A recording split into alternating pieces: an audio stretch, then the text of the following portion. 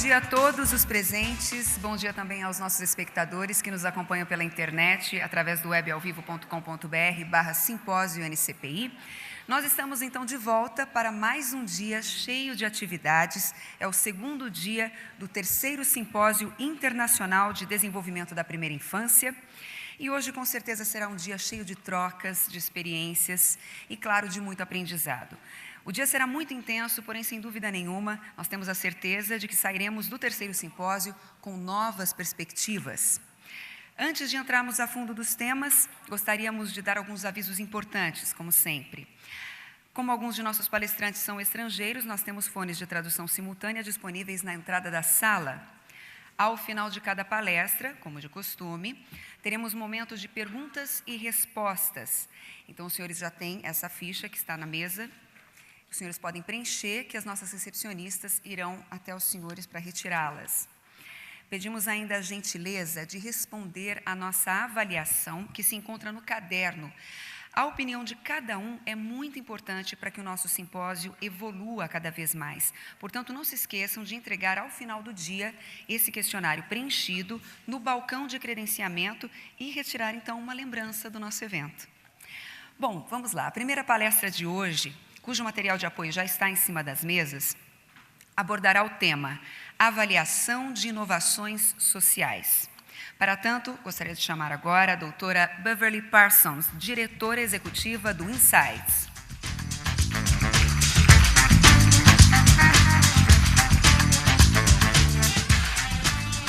Convidamos também a moderadora desta palestra, a senhora Gabriela Plusienic, coordenadora de programas da Fundação Maria Cecília Souto Vidigal.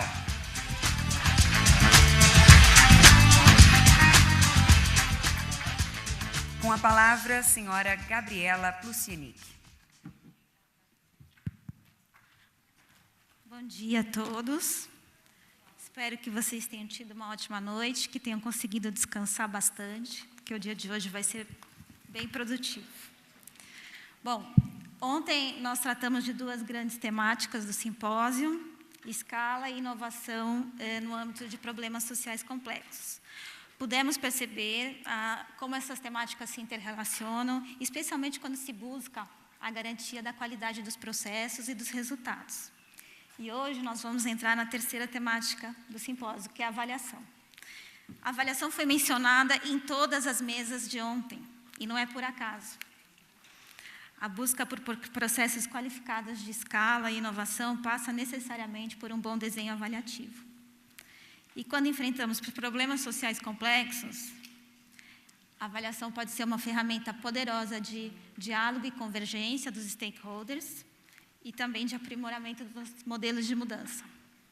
E é por isso que nós temos a honra e o privilégio de ter aqui conosco a Beverly Parsons. A doutora Beverly Parsons é diretora executiva do Insights, uma organização sem fins lucrativos de pesquisa, avaliação e planejamento. Trabalhou com inúmeras organizações que incluem o Center for the Study of Policy, Social Policy, com a Fundação Kellogg, Fundação Danford, a Faculdade de Medicina da Universidade de British Columbia e a National Science Foundation. É a principal autora do guia da Fundação Kellogg, Designing Initiative Evaluation, que trata de aplicações da teoria de sistemas adaptativos complexos para avaliar iniciativas de larga escala. É líder da equipe de avaliação nacional do Quality Improvement Center on Early Childhood, um projeto de pesquisa e desenvolvimento do Center for the Study of Social Policy. A doutora Parsons fez consultoria sobre políticas de avaliação de alunos na África do Sul e conduziu avaliações na China, no Japão e na Europa. Participou da Education Commission of the States, baseada em Denver, por 10 anos. Lá, liderou a iniciativa de mudanças do sistema educacional nos níveis das escolas, distritos, estados e universidades para apoiar o aprimoramento do ensino e aprendizado. Em seus primeiros anos na comissão, trabalhou como diretora nacional do National Assessment of Education Progress. Também trabalhou como diretora de um programa de diagnóstico e mensuração no Northwest Regional Educational Laboratory, em Portland.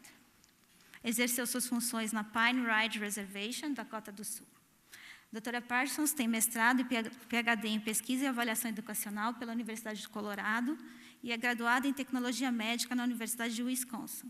Tem certificações em negócios sustentáveis, em dinâmicas de sistemas humanos e em facilitação. É presidente eleita da American Evaluation Association e atua como membro do conselho da associação. Antes de passar a palavra para a doutora Beverly, eu preciso informar que nessa sessão nós teremos uma dinâmica um pouquinho diferente. Nas mesas, vocês têm um material que a Beverly preparou para que, em pares, em alguns momentos específicos, vocês discutam sobre as reflexões que ela traz e depois passem de forma individualizada para o material, o produto das conversas. Ela vai sinalizar para vocês os momentos em que isso deve acontecer. Então, sem mais delongas, passo a palavra para a doutora Beverly.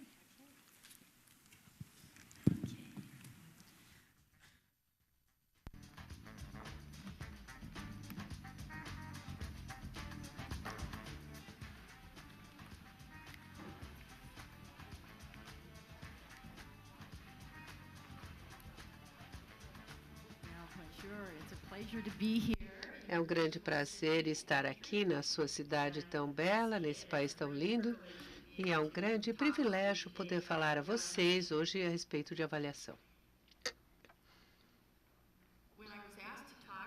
Pediram para falar sobre inovação social e avaliação. Eu sabia que eu precisaria falar a respeito da nossa experiência nos Estados Unidos. E eu comecei a pensar qual é a principal mensagem que eu quero apresentar. E acho que há uma mensagem chave, que é quando nós vamos avaliar a inovação social ou as inovações sociais, nós precisamos passar a avaliação de uma consideração a posteriori para uma consideração a priori. Para aqueles que estão envolvidos na área de educação, a avaliação é muitas vezes deixada para o final. E hoje nós gostaríamos de pensar um pouco como nós podemos trazer isso para o início, como é que nós podemos usar a avaliação já desde o início. Por que isso é importante? Bem, o principal motivo é que muitas coisas estão mudando hoje no nosso mundo. Para nós, nos Estados Unidos, nós pensávamos que os nossos sistemas sociais eram estáveis, que nós tínhamos conexões limitadas, que podíamos examiná-los individualmente e que não precisávamos nos preocupar com as conexões.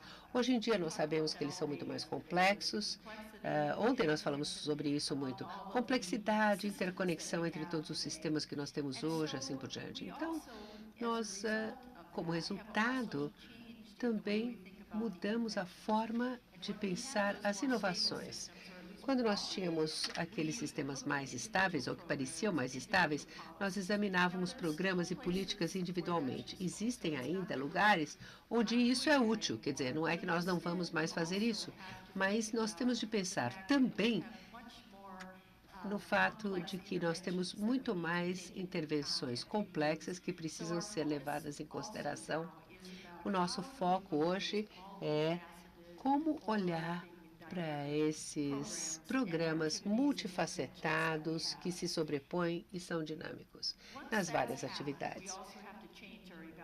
Nós temos de mudar também a nossa abordagem de avaliação. Quando nós começamos a fazer avaliações, nós focávamos em avaliações formativas e somativas. Acho que vocês já pensaram nesses termos, desse tipo de avaliação. São ainda importantes, ainda usamos esse tipo de avaliação, mas hoje nos interessa falar sobre avaliação do desenvolvimento. A avaliação do desenvolvimento. Eu vou falar mais sobre isso daqui a pouquinho. A ideia é que nós temos uma avaliação na qual as avaliações formativa e somativa estão alinhadas. Então, nós temos uma combinação. O importante aqui é fazer as necessárias distinções para que todos estejam alinhados. Vamos ver uma avaliação formativa, um exemplo. Aqui uma menina que quer fazer um bolo A mãe faz, então, o papel da avaliadora formativa, ela ensina, ajuda no processo e o bolo é feito. Depois nós temos a avaliação somativa, momento em que os convidados chegam, recebem um pedaço do bolo e eles vão dizer se o bolo está bom ou não. Quando se trata da avaliação do desenvolvimento, ou desenvolvimental, esse é um exemplo de um chefe que faz treinamento de novos chefes. Aqui nós temos um programa educacional, um programa de treinamento. A sua tarefa não é só executar o programa com aulas e assim por diante, mas ele visita os restaurantes, ajuda os chefes, vê em que condições eles trabalham e procura entender qual a estrutura de cada um desses lugares, o que se espera desse programa, dessa gestão.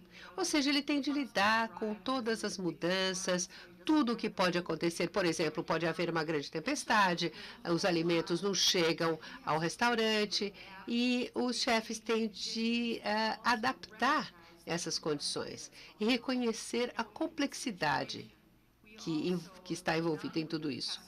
Nessa situação, o avaliador tem de fazer o mesmo. Ele não pode pegar um pedacinho aqui e achar que ele tem todas as respostas para as perguntas tão importantes que esse instrutor tem a respeito do programa. Então, em uma avaliação do desenvolvimento, o avaliador, junto com o chefe e talvez alguns dos gerentes do restaurante, todos chegariam a uma conclusão a respeito das principais perguntas que devem ser feitas durante o programa, durante o treinamento. E é aqui que nós focaríamos a avaliação nas principais perguntas, para garantir que elas estejam alinhadas com as pessoas. Isso nos leva para uma outra questão, a conexão entre a avaliação e o planejamento estratégico. Nós precisamos continuar a fazer isso, nós temos formas de desenvolver a nossa estratégia que são tradicionais. Estabelecemos objetivos, desenvolvemos um plano de ação, implementamos o plano de ação e avaliamos os resultados.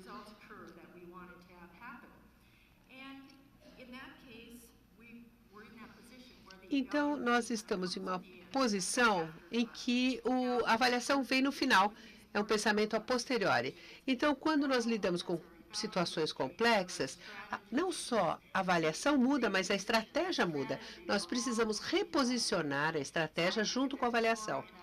Então, eu penso nisso como um quadro assim, onde nós temos uma estratégia adaptativa acontecendo junto com a avaliação e desenvolvimento.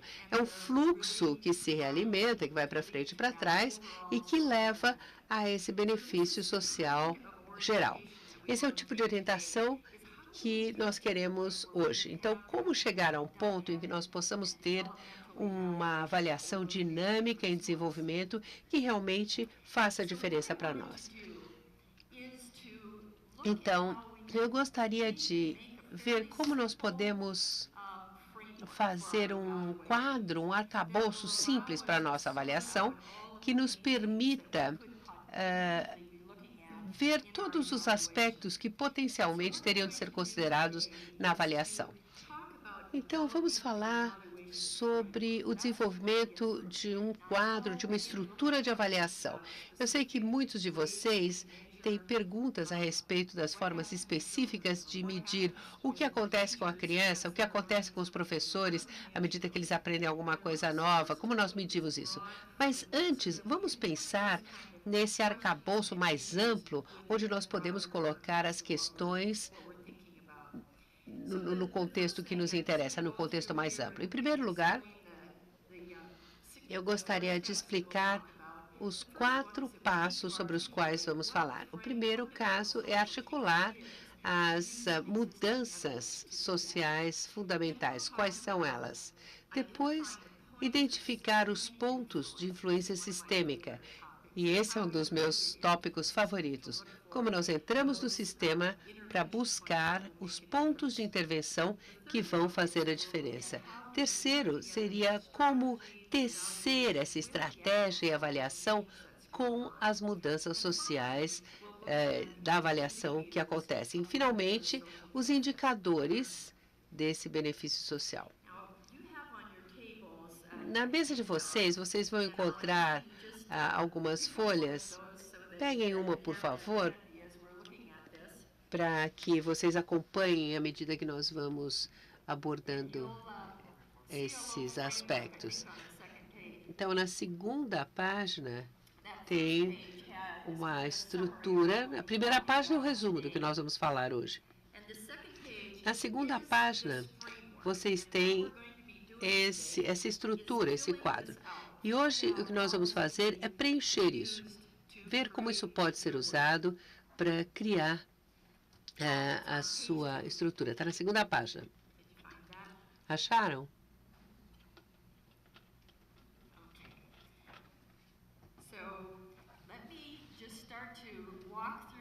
Então, comecemos por ver cada uma dessas partes. E à medida que nós vamos, eu peço que vocês façam algumas anotações e anotem. Antes de começar a preencher e ver para onde queremos chegar, vamos falar um pouquinho a respeito da importância de fazer algo assim. Existem muitos ganhos com esse tipo de estrutura à medida que vocês trabalham com a intervenção e as avaliações. Uma das primeiras coisas é que nos permite ligar a estratégia e a avaliação para desenvolvê-las de forma simultânea. Outra coisa importante é que nos ajuda a ver o quadro como um todo. Quando nós temos atividades menores, individuais, nem sempre a gente consegue ver o cenário todo, o quadro todo. Isso pode ser problemático. Vejam, por exemplo, isso aqui. Não temos o que eu acho que entrou a apresentação errada. Aqui deveria entrar uma foto, parece. Olha, é uma pena porque as fotos eram super interessantes.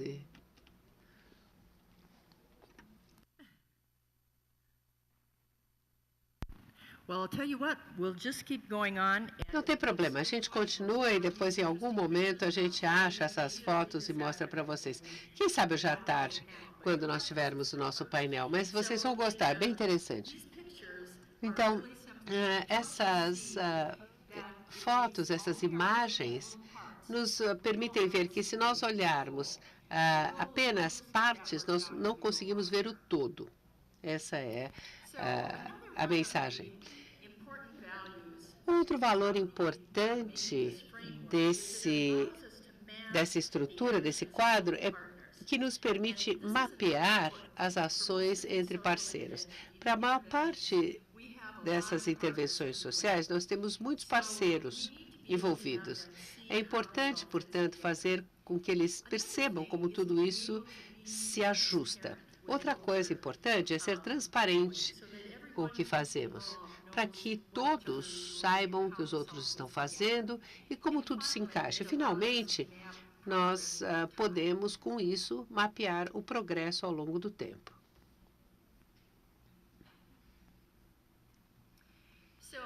Então, com essas coisas em mente, como os principais valores, vamos ver esse primeiro passo, como articular a inovação social fundamental. Essa é a primeira parte, o primeiro passo. Nós falamos muito sobre isso ontem, então eu não vou entrar em muitos detalhes, mas a ideia aqui é conseguir focar naquilo que nós queremos em última instância. Então, no caso do exemplo que eu vou usar, nós queremos uma coisa diferente para pais e filhos. Nós queremos poder articular como chegar a esse quadro ou essa visão, essa imagem geral. Aqui é um exemplo de um dos programas com os quais eu estou trabalhando. É um esforço desenvolvido no Centro para Estudos de Política Social. A abordagem deles é integrar todas as pesquisas que foram feitas, existentes, a respeito de crianças na primeira infância e o que acontece com a situação delas, que está ligada a crianças em caso de negligência, crianças negligenciadas. Então, como lidamos com violência doméstica, crianças com maus tratos e abusos de drogas e assim por diante. É importante lembrar que as pessoas continuarão a viver nessa situação. Então, como nós podemos desenvolver fatores de proteção? Nesse programa, especificamente, o centro fez o seguinte: eles construíram esses 5 fatores de proteção, ou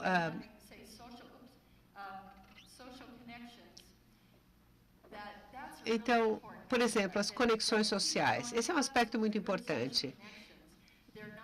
Se as pessoas não tiverem as conexões sociais necessárias, elas não conseguem se proteger. As conexões sociais são muito boas nessa proteção. Depois, precisam também de um apoio concreto quando elas precisam, em momentos de necessidade. Então, como garantir que as crianças vão ter esse apoio, esse acolhimento quando necessário? Outro aspecto chave é a resiliência dos pais. Então, como aumentar a resiliência dos pais? Como ajudar os pais a construir competências sociais e emocionais dos seus filhos?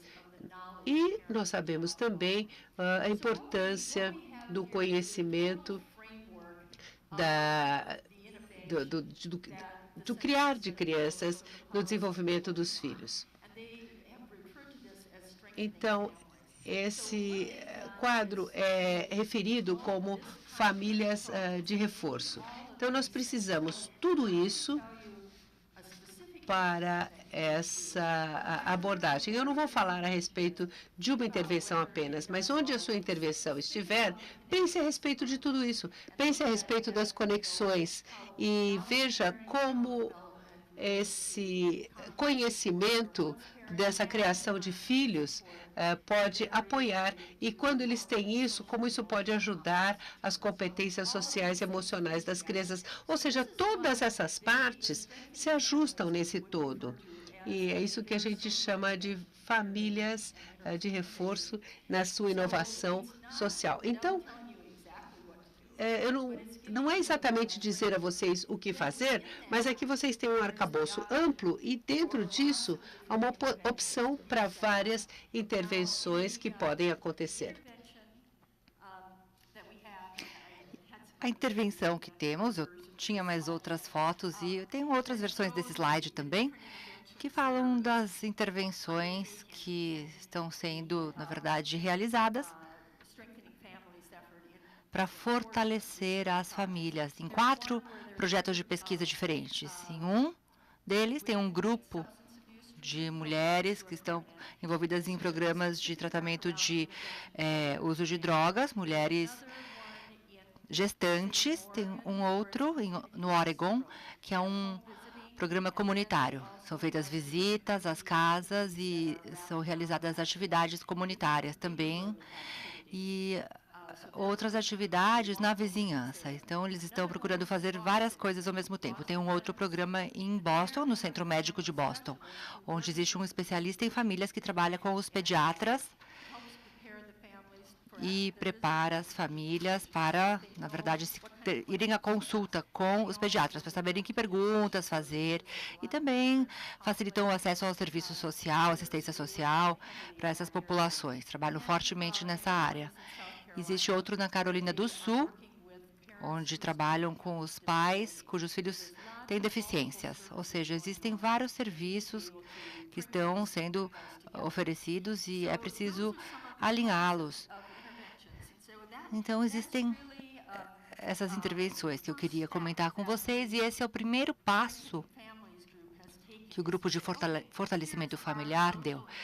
E diz, bom, temos a inovação social e essa será a nossa abordagem. Antes de falarmos mais sobre este assunto, eu gostaria que vocês dessem uma olhada na folha que vocês têm e pensem na inovação social com a qual vocês estão trabalhando. Como vocês estão fazendo inovação social? Então, vocês têm aí um espaço para escrever nessa folha qual é essa atividade, ou fazer anotações no pé da página, ou no verso da página, mas parem uns minutinhos para pensarem, para escreverem sobre o tipo de inovação social que vocês estão considerando, ou no projeto que vocês já têm em andamento, se tiverem algo específico, mais específico, melhor. Quanto mais específicos vocês forem, melhor.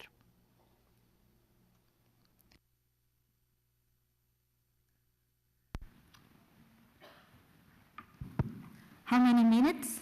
Quantos minutos temos? Um minutinho.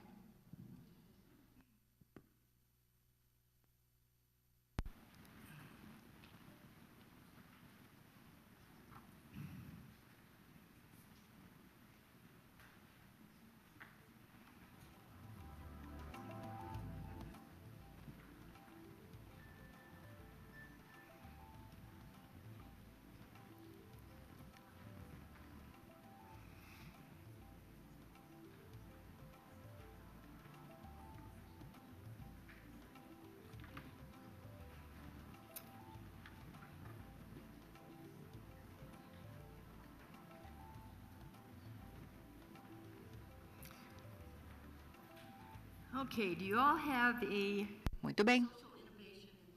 Todos já têm, então, uma ideia relacionada à inovação social. Pensem como vocês poderiam usar essa estrutura, esse arcabouço aqui, para essa atividade específica. Então, agora com isso em mente, vamos passar para o segundo passo. Nós vamos falar dessa coluna. Vamos tratar de identificar esses pontos de influência sistêmica. Então, na primeira parte, vamos identificar os domínios relevantes da ecologia social. Eu não sei se vocês estão acostumados a pensar dessa forma, mas a ideia básica é a seguinte. Nós vamos tentar separar os diferentes níveis de ecologia social, conforme pensarmos na nossa avaliação, nas coisas que vamos mensurar, como vamos coletar dados, onde vamos pensar em quais serão os aspectos que nós vamos combinar e focar. Então, vamos primeiro falar em nível individual, que talvez a gente queira medir algo relacionado ao conhecimento, atitude, as competências do indivíduo, as habilidades do indivíduo, pode ser o pai, a mãe, o cuidador, a criança, mas o foco será um indivíduo, o seu conhecimento, a qualidade do seu conhecimento. Depois, vamos também considerar as relações, os relacionamentos, porque muitas das inovações que nós fazemos estão ligadas aos relacionamentos. Temos que fazer as conexões entre as coisas. A avaliação deve considerar estes aspectos. Então, podemos ter os relacionamentos entre os familiares, entre os pais e o provedor de serviços, o cuidador, ou com os amigos. Então, o foco vai ser no relacionamento. Também vamos considerar qual é a conexão com a comunidade. Nós podemos falar de várias definições para a comunidade. Pode ser uma região geográfica, um grupo de interesse ou alguma das partes interessadas. Vamos pensar, portanto, na comunidade. Geralmente, falamos de organizações sem fins lucrativos, ONGs, grupos informais. Então, nós podemos considerar vários aspectos aqui, na verdade. E depois temos o domínio da sociedade, que é mais amplo. Vamos considerar, por exemplo, as comunidades em pequenos bairros e na parte relacionada à sociedade, vamos levar isso para um nível mais amplo, municipal, estadual ou federal, políticas, normas, práticas mais abrangentes. Então, nós vamos tratar de separar todos esses aspectos quando fizermos considerações sobre a nossa intervenção, porque não vamos poder considerar tudo na avaliação. Teremos que traçar alguns limites e devemos saber mais ou menos quais serão esses limites. Agora, vocês vão ter mais um minutinho para fazerem algumas anotações. Então, se vocês tivessem que considerar estes domínios, quais deles, bom, talvez possam ser vários deles, quais deles vocês vão considerar para a sua avaliação?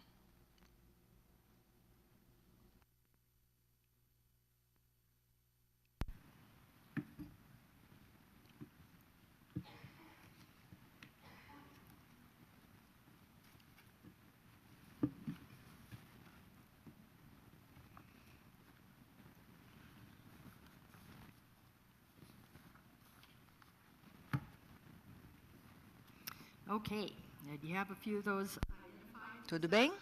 Prontos? E agora, tenho mais um exemplo aqui, ainda falando sobre o fortalecimento das famílias. Eu falei de alguns fatores de proteção antes e eles se encontram no nível do indivíduo, dos relacionamentos. Realmente, temos o foco nas conexões sociais, relações sociais, o apoio comunitário, apoio em momentos de necessidade, momentos difíceis. No entanto, eles também estão fortemente relacionados ao que acontece na comunidade. E no programa de fortalecimento de família, percebeu-se que não poderia focar apenas na criança e na família, no indivíduo e na família. Teríamos que considerar também as políticas, as normas e a sociedade de modo geral. Todos têm um papel importante nesse processo. Agora, vamos falar de outro aspecto que devemos considerar no momento de identificar esses pontos de alavancagem. Alguns foram abordados ontem e eu vou tentar contextualizá-los aqui agora.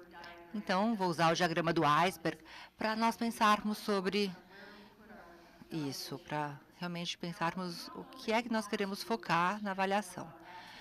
Devemos entender um pouco melhor quais serão as atividades e resultados, para que possamos entender o nosso progresso, se estamos progredindo. Mas, na verdade, se conseguimos a mudança, nem sempre saberemos em que lugar realmente ela está acontecendo. Para saber, precisamos considerar as normas, infraestruturas e políticas existentes.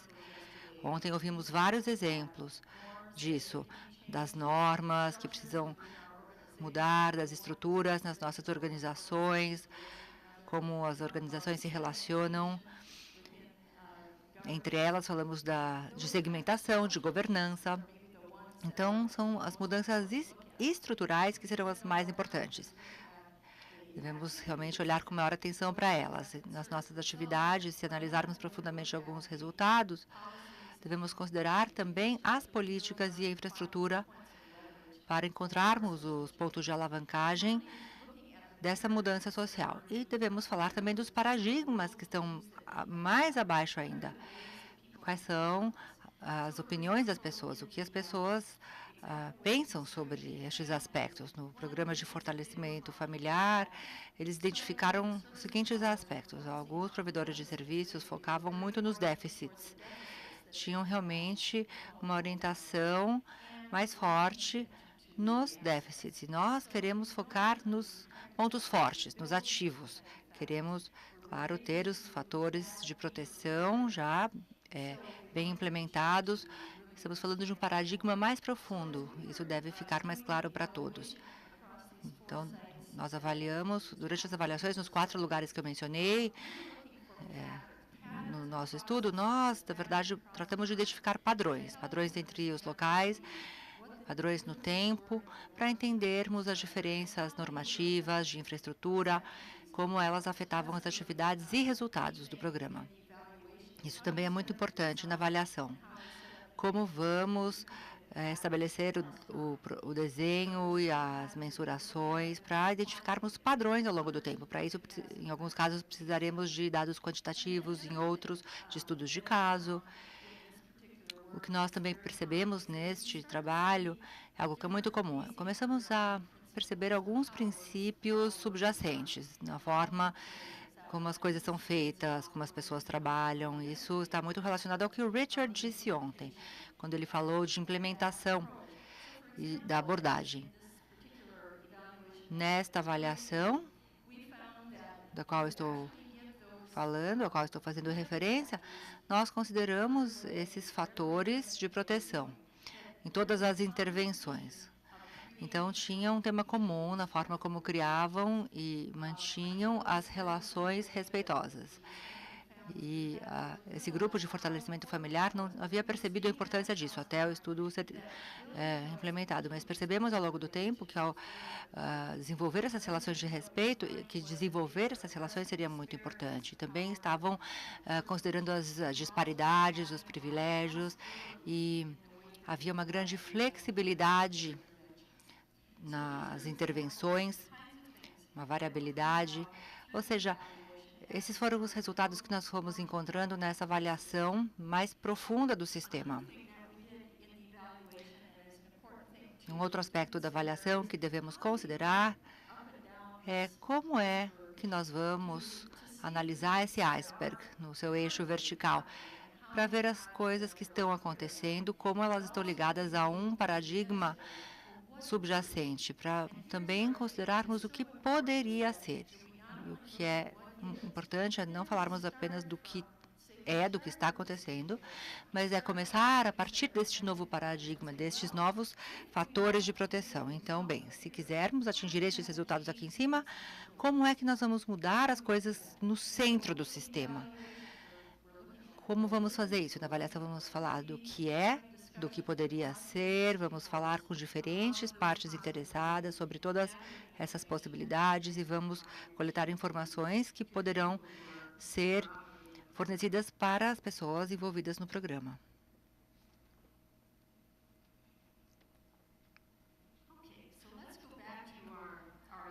Então, vou voltar para o nosso exemplo aqui, que está na página 3 do manual de vocês. Essa é a estrutura que nós desenvolvemos com o grupo de reforço familiar e ela foi revisada várias vezes. As coisas não são estáticas, né? Nós fazemos alterações de acordo com as necessidades e vamos incluindo mais informações. Mas o que é importante aqui é percebermos como esses pontos de influência foram subdivididos. Eu queria, então, destacar essa primeira coluna. Vocês têm também aí no material, mas eu sei que está em inglês, então eu vou ler todos estes pontos. Primeiro, temos que os dados foram coletados sobre as relações entre os cuidadores, a família e a criança, uma unidade da investigação. Depois temos a vizinhança e a comunidade. Então, trabalhamos com o grupo informal e observamos o padrão de relacionamento entre os vizinhos. O terceiro grupo era o grupo de organizações e provedores de serviço. Queremos considerá-los como um grupo. Especificamente, consideramos as suas normas, infraestruturas e políticas, as políticas das organizações, individualmente. E, finalmente, também consideramos os atores na sociedade, em nível estadual, nacional, suas normas, políticas e infraestruturas também. E na parte de baixo aqui da página temos aspectos importantes que nós investigamos regularmente. Temos, então, a capacitação e aprendizagem dos stakeholders, das partes interessadas, sejam os pais, os cuidadores, provedores de serviços, outras agências, ONGs, agências governamentais, sem fins lucrativos. Como é que elas vêm aprendendo? Como estamos capacitando esses stakeholders? Porque algumas coisas vão mudando. Se não tivermos um processo de aprendizagem, realmente não chegaríamos muito longe. E outro aspecto importante também é o das parcerias. Temos que avaliar também as parcerias como uma unidade, como elas estão operando, funcionando. Então, esses foram os resultados que nós obtivemos, esses pontos de influência que seriam usados neste projeto. Eu vou pedir mais uma vez para vocês darem uma olhada no exemplo que vocês escreveram e pensarem nas coisas que vocês poderiam incluir nessa coluna aqui. O que vocês fariam diferente, o que vocês mudariam nisso, em comparação ao que vocês já escreveram. Então, quais seriam suas considerações, as mudanças que vocês fariam em uma intervenção específica? E agora, eu vou dar 2 minutos para vocês. E vocês podem conversar com as pessoas que estão sentadas ao lado sobre realmente o foco da intervenção de vocês, para realmente identificarem esses pontos de alavancagem que podem levar a pequenas mudanças que vão acabar atingindo todo o sistema.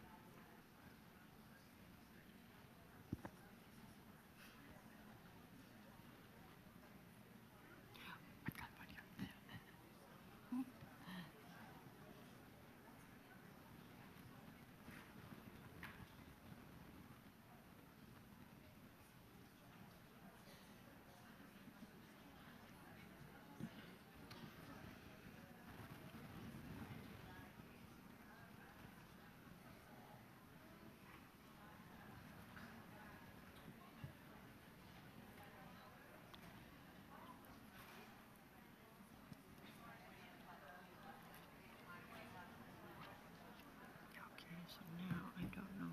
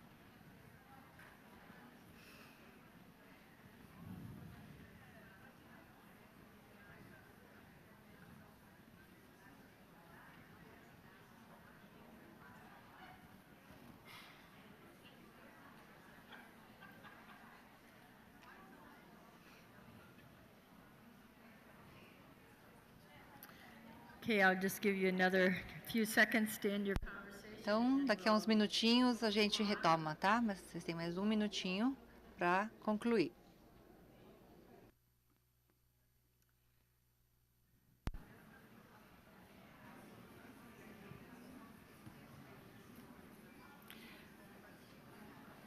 Okay, so I think now you have Bom, então, acho que agora vocês já têm uma boa ideia da inovação social de vocês, do que se trata, e temos aqui todas essas categorias já definidas para o processo. Agora, vamos ler essas colunas aqui, que representam as mudanças ao longo do tempo e os aspectos que nós vamos considerar. E nós vamos tentar encontrar uma forma de entrelaçar a nossa estratégia com a inovação social que já está em andamento. Já passamos pelos passos 1, 2, e agora estamos nesta etapa de integração. Então, temos este cenário com os 4 aspectos. Eu vou falar de cada um. Primeiro, nós queremos conseguir medir exatamente onde estamos com relação à nossa visão. Queremos encontrar uma maneira de medir onde estamos com relação a onde queremos chegar. Então, teremos aqui, vamos falar de medição, de diagnóstico daqui para frente, com maior intensidade. Nós temos que também testar essas inovações e ir fazendo as nossas experimentações em todo o sistema. E assim, vamos desenvolvendo as nossas intervenções ao longo desse processo de inovação social. Não é algo que a gente faz assim de forma isolada. Nós queremos realmente alavancar a capacidade dessas intervenções, porque as pessoas aprendem e fazem ao mesmo tempo. Vamos então assim experimentando as intervenções rapidamente, em alguns casos, em outros casos mais a longo prazo, de uma forma mais estruturada. Nós podemos realmente usar muitos modelos de intervenção dessa forma. E, gradualmente, vamos experimentando essas intervenções e fazendo as mudanças necessárias, escalando algumas coisas, até chegarmos a um ponto crítico, um ponto de virada, passarmos a pensar de outra forma, uma mudança de mentalidade. Agora as pessoas estão considerando estes aspectos, os fatores de proteção, é realmente uma mudança de paradigma. Ontem falamos da massa crítica, e são atividades mais predominantes que já estão implementadas, como elas podem ser escaladas para outras partes do sistema. É isso que nós queremos fazer. Talvez o passo seguinte seja, vamos continuar fazendo isso, né? Talvez vocês digam. Mas nós queremos, na verdade, ter um equilíbrio, atingir um equilíbrio de adaptação sustentável. Porque as novidades estão acontecendo o tempo todo, jamais chegaremos a um ponto de estabilidade. E, por isso, tantas frustrações quando trabalhamos em sistemas complexos. Mas todos nós temos que lidar com essa mudança no dia a dia e a todo momento. Temos que estar sempre nos ajustando às novas condições, até chegarmos a um ponto em que tudo é tão diferente que nós acabamos reiniciando esse ciclo. Temos aqui o processo estendido. A inovação é um processo contínuo com o qual nós temos que lidar continuamente. E vamos, então, entrelaçando esse processo, integrando esse processo ao longo do tempo.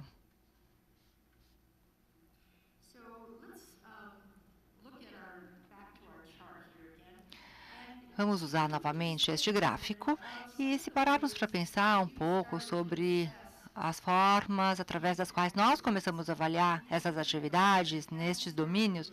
Bom, vocês, por exemplo, começaram a avaliar uma parte do trabalho, talvez já tenham começado a avaliar as crianças e famílias, ou a fazer as mensurações das crianças e famílias, mas não das comunidades, não tenham feito nenhum tipo de mensuração até aqui. Então, são os aspectos que vocês devem considerar. E devem também pensar sobre os tipos de intervenções que vocês já testaram. Algumas já com alguns destes grupos. Vocês vão se ater, então, a algumas áreas e vão considerar as combinações de intervenções que sejam de interesse para vocês, às quais vocês vão se dedicar. Ou se tratar de um grupo de pessoas, vocês vão olhar para as intervenções que já estão em andamento, posicioná-las aqui para ver, bom, tem muita coisa acontecendo aqui, mas nós não fizemos ainda nada aqui. Então, no passo seguinte, para avançarmos, onde devemos nos concentrar? Quais serão as nossas próximas intervenções e avaliações?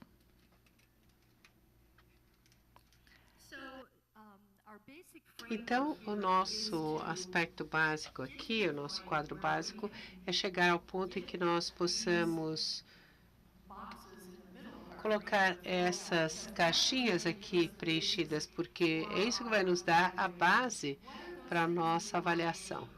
Quais são as coisas que nós queremos medir, as coisas sobre as quais queremos falar? Eu vou lhes dar, então, alguns exemplos das formas de pensar nesses cenários. Milhões de coisas sobre as quais poderíamos falar, mas o que eu queria deixar claro aqui é que qualquer que seja a escala com a qual vocês estão trabalhando, vocês querem ter alguma coisa que possa ser medida para saber que vocês estão progredindo. Então, vocês podem ter uma intervenção social no nível de uma comunidade individual, ou pode ser uma coisa que abranja todo o país. Pode ser uma coisa na cidade. Então, o que medir vai depender da escala da sua intervenção.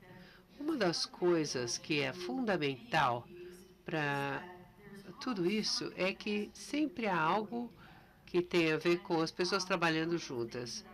Uma das coisas que eu gostaria de examinar agora é essa noção de subdividir os benefícios que nós temos em unidades menores. Porque quando a gente lida com essas intervenções sociais de ampla escala, não é fácil ir do momento em que a gente está aqui para a situação ideal.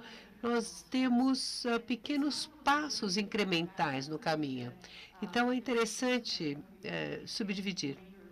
Não sei se vocês ouviram falar do Anthony Wenger. Ele fez muito trabalho sobre comunidades, práticas, e ele trouxe essas ideias. Ele subdividiu os benefícios em partes menores. Quando ele fala em benefício imediato, ele está falando sobre o benefício imediato de se juntar. Né? Então, o fato de vocês estarem aqui juntos hoje, só o fato de estarem aqui, de encontrar novas pessoas, uma nova ideia aqui ou ali, ou seja, só a ideia de se juntar é um benefício imediato. Depois nós temos os benefícios potenciais. Então, digamos que vocês tenham aprendido alguma coisa nova com o grupo com o qual estão trabalhando. É uma boa ideia, mas eu ainda não sei o que fazer com ela. Mas fica lá. Fica lá na minha cabeça, para eu sei que eu vou usá-la um dia. Depois nós temos uma oportunidade de aplicar esse benefício. Então, eu sou professora, eu aprendi sobre uma nova forma de ensinar a ler, e de repente eu encontro uma oportunidade na sala de aula e aplico esse novo aprendizado. A pessoa que trabalhe com legisladores, de repente, tem uma ideia sobre como abordar um dos representantes-chave.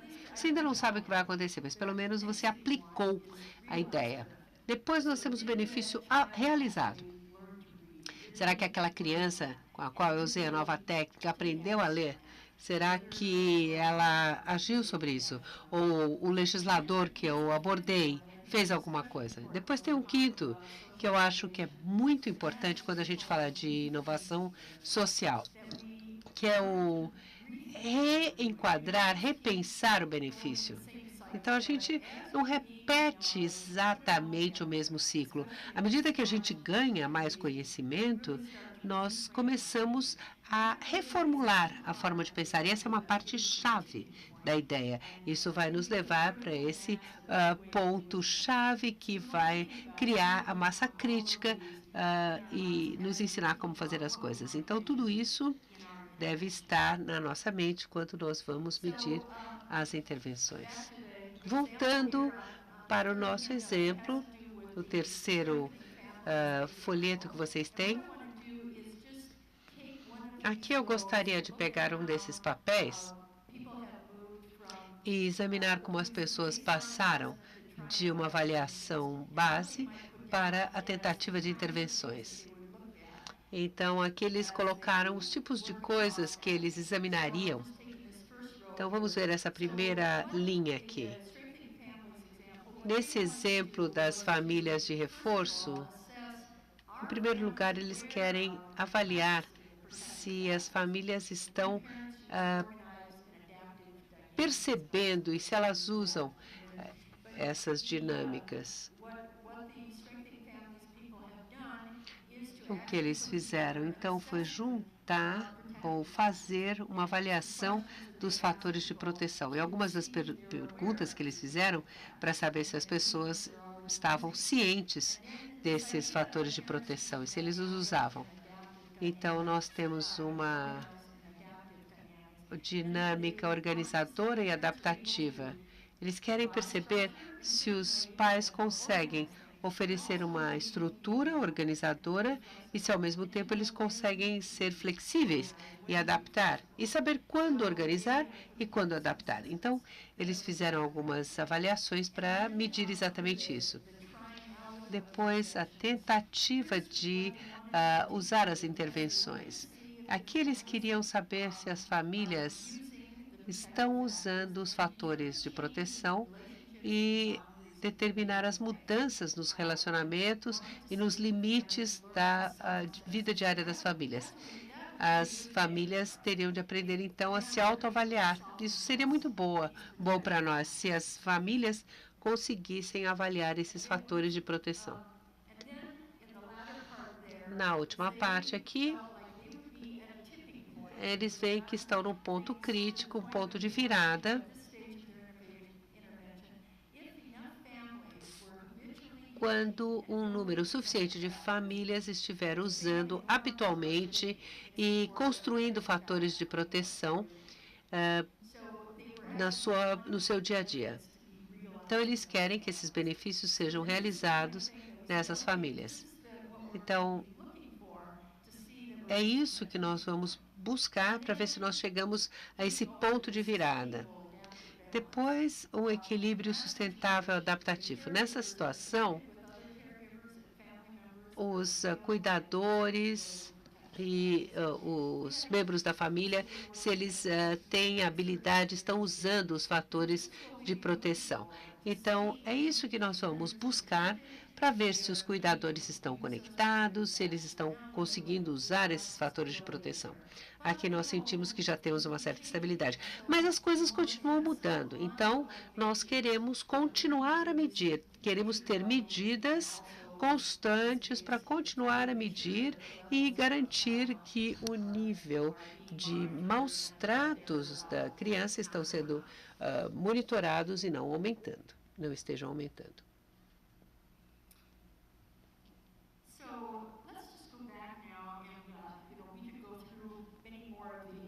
E tem mais uma coisinha que eu gostaria de lembrar nessa página com relação ao aprendizado e à construção de capacidades para os stakeholders.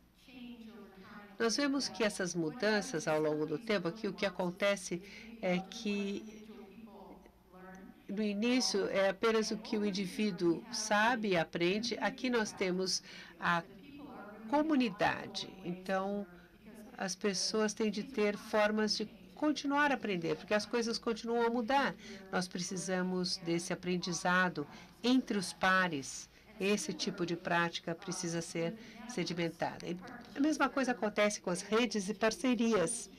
Então, um dos fatores-chave aqui é a capacidade de ver que quando eles se juntam, eles não se juntam para falar sobre qualquer coisa. Eles estão aprofundando a compreensão desses fatores de proteção e entendendo melhor como isso afeta o sistema, e isso seria a chave para a construção de tudo isso. Então, aqui nós temos como eles constroem a confiança, como eles fazem grandes mudanças na intervenção. Então, por exemplo, uma parte diz, olha, se você mudar aqui, eu posso mudar aqui. Vamos mudar a maneira de oferecer serviços, vamos juntar os serviços para que nós, coletivamente, possamos construir esses fatores de proteção.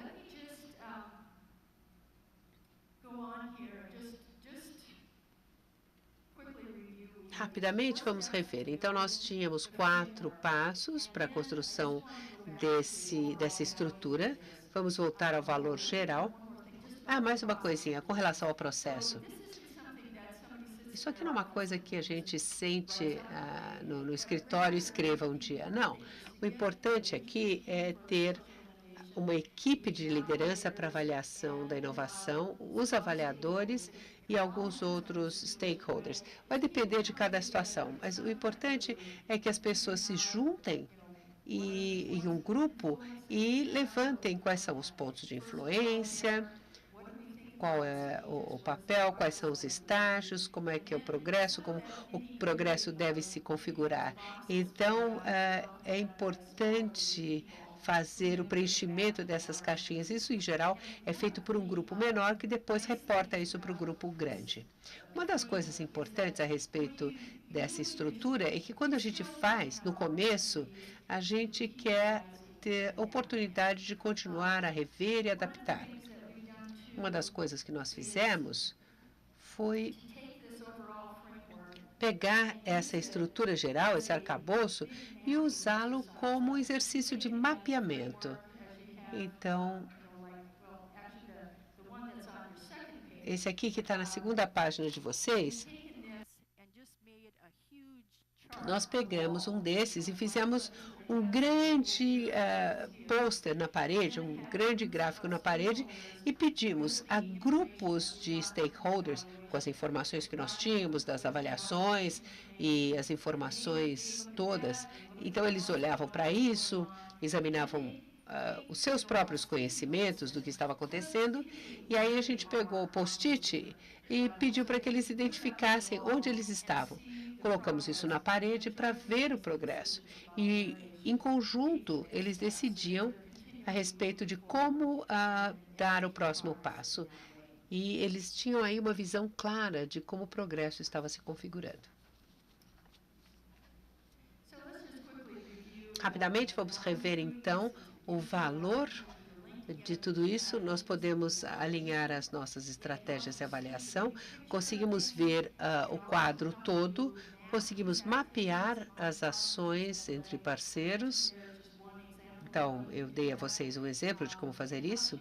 Nos ajuda a ser mais transparentes, porque assim as pessoas conseguem ver o que está acontecendo.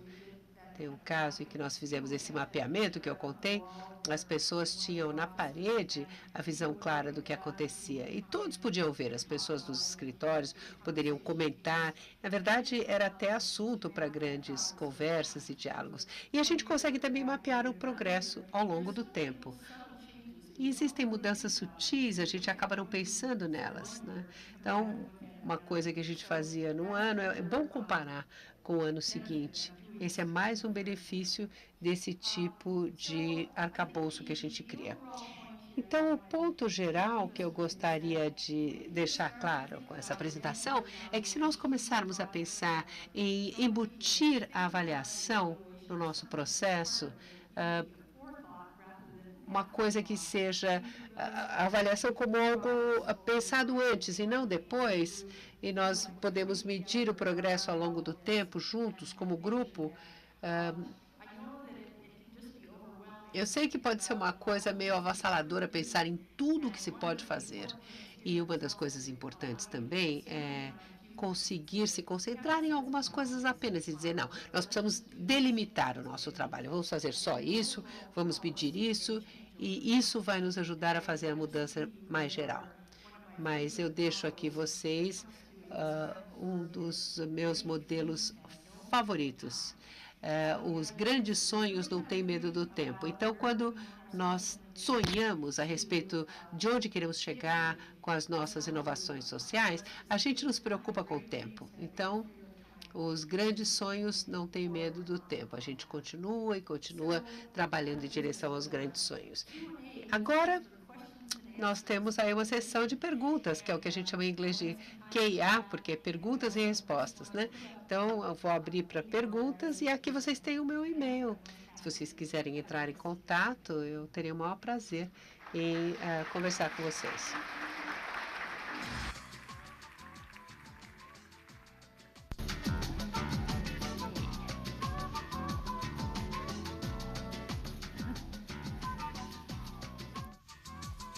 Obrigada, Beverly. Não é fácil sintetizar tanto conteúdo numa fala como essa. Acho que todos nós vamos para casa com uma sensação de que temos uma lição de casa para fazer. Muito trabalho aí pela frente. Acho que esse frame que você nos apresentou nos traz aí um desafio. Bom, eu vou passar para as perguntas, nós teremos 20 minutos de perguntas, tá?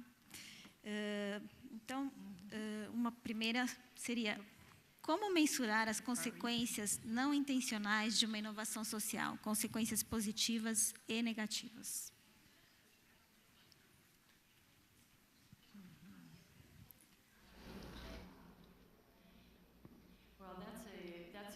Bem, essa é uma pergunta.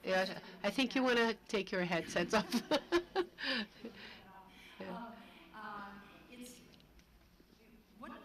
Uma das coisas a respeito do sistema, e nós estamos todos falando de sistemas, eu acho que eu me emaranhei toda aqui. Uma das coisas é que o sistema tem a sua própria forma de operar. Então, as partes, as conexões estão lá e elas funcionam do seu jeito. Então, algumas das coisas nós ficamos felizes que tenham acontecido, outras nós gostaríamos que não tivessem acontecido. Então, nós precisamos prestar atenção para essas consequências que a gente não esperava. Uma das coisas que nós fazemos na avaliação é permitir que alguns recursos fiquem examinando coisas que acontecem inesperadamente e que eles tragam isso para o quadro. E não só medir isso. Isso é feito de uma forma bastante informal. Acho que a pergunta foi como medir, né? Nós fazemos isso informalmente, abordagens de entrevista, as pessoas perguntando e o que mais aconteceu, né? Para a gente poder se concentrar no aspecto mais importante. Mas alguma outra coisa interessante aconteceu? Alguma coisa que você quisesse ou que não quisesse? E aí a gente começa a examinar esses aspectos e a verificar quais são os padrões que ocorrem. Podem ser perguntas importantes, feitas de uma forma informal. Ou então nós examinamos grandes bases de dados e tendências ao longo do tempo e nós percebemos que uma outra coisa aconteceu que nós não tínhamos esperado. A gente começa a prestar atenção nesse aspecto e fazer perguntas sobre o que aconteceu. E como nós estamos num simpósio que tem como pano de fundo a primeira infância, vieram várias questões relacionadas à avaliação na primeira infância e na educação infantil. Então, vou partir para uma que é: qual a importância da avaliação, de uma avaliação de diagnóstico na primeira infância?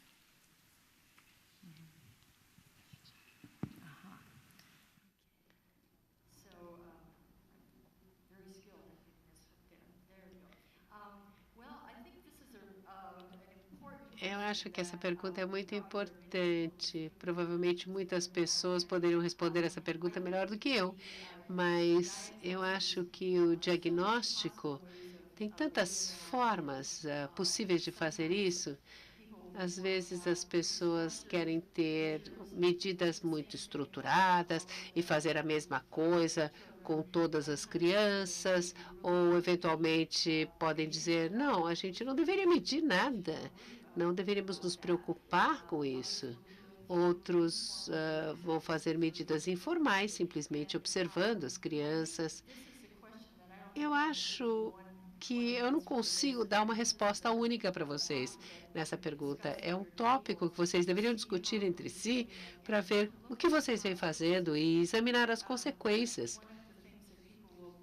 Uma das coisas que as pessoas se preocupam é se isso vai levar a uma certa rotulação e também a precisão dessas medidas. Será que a gente consegue efetivamente mudar ou medir a mudança nessa idade tão precoce? Acho que há várias questões que surgem a partir daí que precisam ser examinadas. Acho que às vezes a gente fica preso nesse debate. Será que a gente deve usar esse método, esse instrumento, esse outro? Eu incentivaria as pessoas a pensarem nas implicações mais amplas do que elas estão medindo. E o que elas vão fazer com os resultados? Porque, às vezes, a gente fica preso nesse conceito: a gente precisa medir, mas o que nós vamos fazer com esses resultados? Quanto que nós vamos dedicar de recursos? Qual é o valor que nós obtemos com essas medições? Eu acho que aí a gente começa a pensar na qualidade do instrumento, o que fazer com os resultados e qual o investimento em dólares. Será que é o melhor uso do dinheiro para essa situação? Ok, obrigada. Bom, em relação especificamente à educação infantil, como seria uma forma correta de avaliar a educação infantil? E aí, preschool and daycare. Preschool and daycare. I think again here is Bom, mais uma vez, eu diria que the important issues that devemos falar dos aspectos que nós enfrentamos em cada situação. Quais são os aspectos importantes em cada contexto? No caso da pré-escola daycare center, ou there's so many dos centros. Bom, existem tantas coisas, tantos aspectos que nós podemos considerar quality of que talvez tenham a ver com a qualidade dos serviços fornecidos, whether the students are learning things that com o fato de as crianças, os alunos estarem aprendendo de fato. is again O que é importante, mais uma vez, é pensarmos como é que nós vamos usar os resultados obtidos. more and more frameworks E hoje temos cada vez mais estruturas para medir, para mensurar várias características dos programas, como, por exemplo, what kind of teacher training has been provided, que tipo de formação os professores receberam the daycare workers, ou os trabalhadores da creche receberam, como são as instalações dynamics da creche ou da pré-escola, que tipo de dinâmica existe na sala de aula, na creche. that are really important. And again, Todos esses aspectos são importantes. E eu volto sempre para o seguinte ponto: o que vocês vão fazer com isso? Como vão usar esses dados? Como isso vai ajudar vocês a irem formatando e mudando as suas intervenções? Espero que durante as discussões de grupos nós consigamos produzir exemplos específicos que vocês então vão acabar usando para discussão em grupo, para depois termos uma discussão entre todos nós hoje à tarde. Ok. Tem uma pergunta aqui que está preocupada com a questão da sustentabilidade das intervenções, né, e desse processo descrito na sua palestra de intervenção, avaliação, validação, e empoderamento, incorporação pela comunidade e como, então, essas ações conseguem ser sustentadas ao longo do tempo. Ela queria entender um pouquinho mais sobre esse assunto. okay. I think the thing that we've found that's most Bem, important o about que sustainability nós percebemos ser mais importantes em termos de sustentabilidade é formarmos vários tipos de parceria, de parcerias. Há 25, 30 anos, quando nós começamos a considerar uma mudança em grande escala, como ela poderia acontecer, nós começamos a formar pequenas parcerias por um período de tempo, depois cada um veria o que poderia fazer e voltaríamos para as nossas atividades normais, individuais. Mas acabamos percebendo que, para termos sustentabilidade, as parcerias são inevitavelmente importantes, praticamente, e elas devem perdurar no tempo. E em termos de avaliação e da implementação, nós devemos pensar nos recursos. Como vamos usar os nossos recursos para dar continuidade a essas parcerias, para que elas continuem olhando cada vez mais para as mudanças nos sistemas sociais, mais profundamente. Quero citar um exemplo do Oregon, do projeto do Oregon, que eu mencionei, quando eu falei dos fatores de proteção e fortalecimento das famílias. Bom, a parceria deles funciona assim: é uma comunidade que tem muitos imigrantes do México.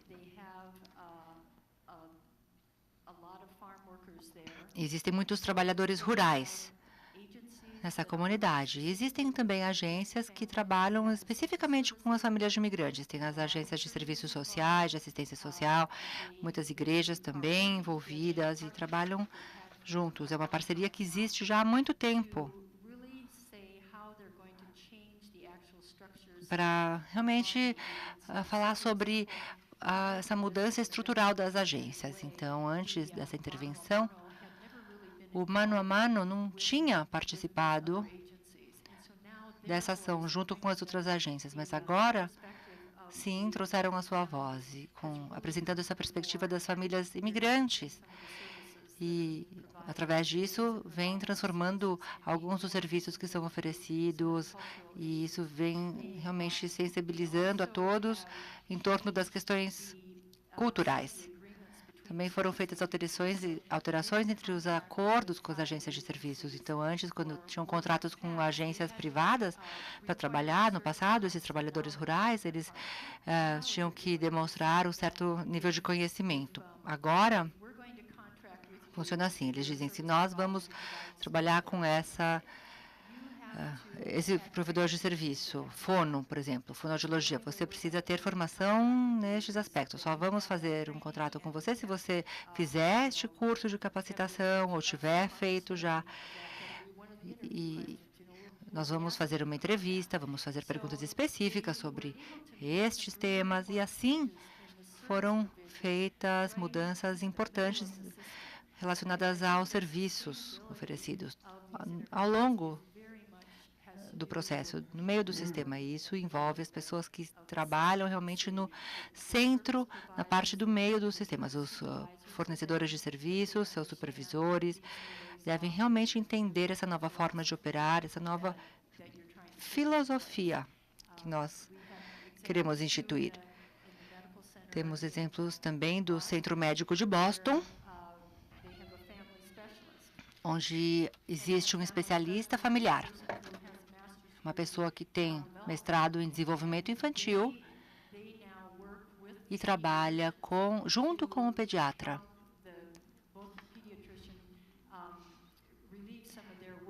para realmente assumir uma parte da carga, do ônus de trabalho do pediatra, ajudar a fazer as perguntas para os pacientes e, assim, ajuda também a integrar os serviços e estreitar as relações com as famílias. Então, tem essa conversa com o pediatra sobre a estrutura familiar, se existe violência doméstica, aspectos sobre a família que o pediatra nem sequer tem tempo de sondar, de tatear. Então, uma mudança estrutural, realmente, da organização, e essa é uma das partes principais para a sustentabilidade, um dos pilares principais para a sustentabilidade desses sistemas. Uma questão que eu coloco, eu queria saber quais são as principais estratégias que você sugere para implementar programas de Developmental Evaluation em intervenções que já estão em curso e que muitas vezes são conduzidas pelo poder público, que tem uma certa rigidez, uma certa burocracia no atendimento e na condução dos processos. Quais são as principais estratégias para incorporar esse tipo de perspectiva?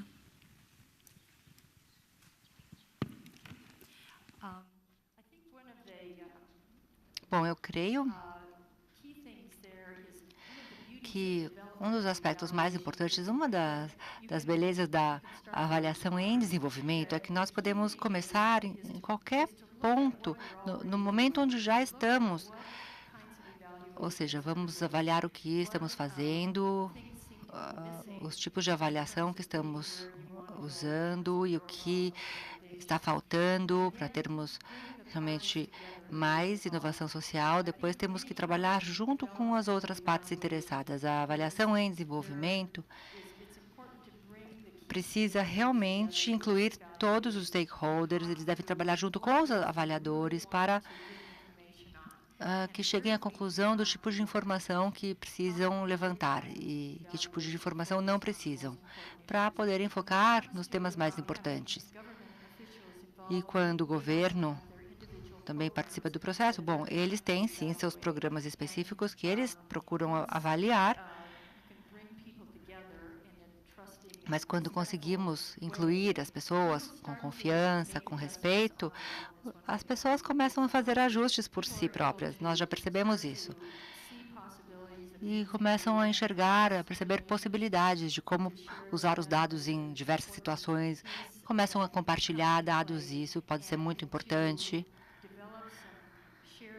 E acabam estabelecendo acordos compartilhados sobre as medidas, mensurações comuns que todos poderiam usar. Nós temos alguns problemas nos Estados Unidos, imagino que vocês aqui também, com relação aos departamentos e agências que fazem medições de coisas, de aspectos diferentes.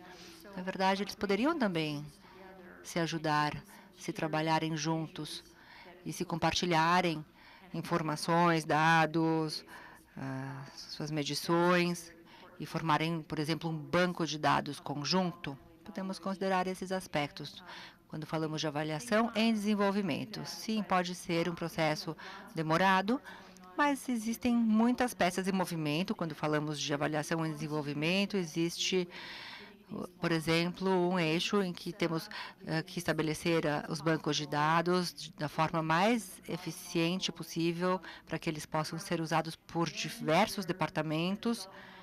E, então, a avaliação em desenvolvimento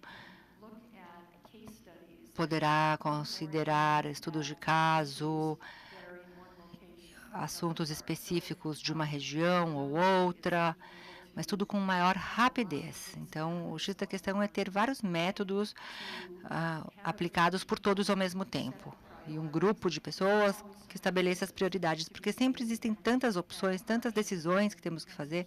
A parceria, então, acaba sendo muito importante para chegarmos a uma estrutura de avaliação com base nos dados coletados e na forma de usá-los, de maneiras variadas, para tomarmos decisões estratégicas e conseguirmos mudar os sistemas. Talvez o maior desafio que nós enfrentamos em tudo isso seja conseguirmos lidar com tantos aspectos. Então, os aspectos políticos existentes, as estruturas de trabalho dos diferentes grupos e a boa vontade genuína das pessoas e motivação interna para realmente fazer o melhor para as crianças e as famílias. Temos que manter realmente esse motivo como centro de nossas ações e compartilhar as informações, e poderemos sim cumprir essa missão e ter avaliação em desenvolvimento. Beverly, nós estamos agora, infelizmente, chegando no final do nosso tempo, no limite do nosso tempo. Eu queria agradecer mais uma vez por suas palavras e agradecer a todos também pela participação. Obrigada.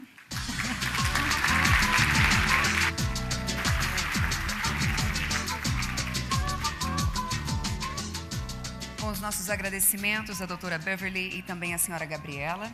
As senhoras podem retornar aos seus lugares. Muito obrigada.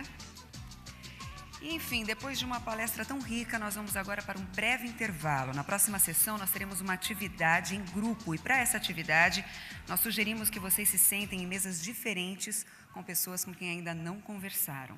Até já, nós voltamos em 20 minutos. Eu não escrevo pra ninguém.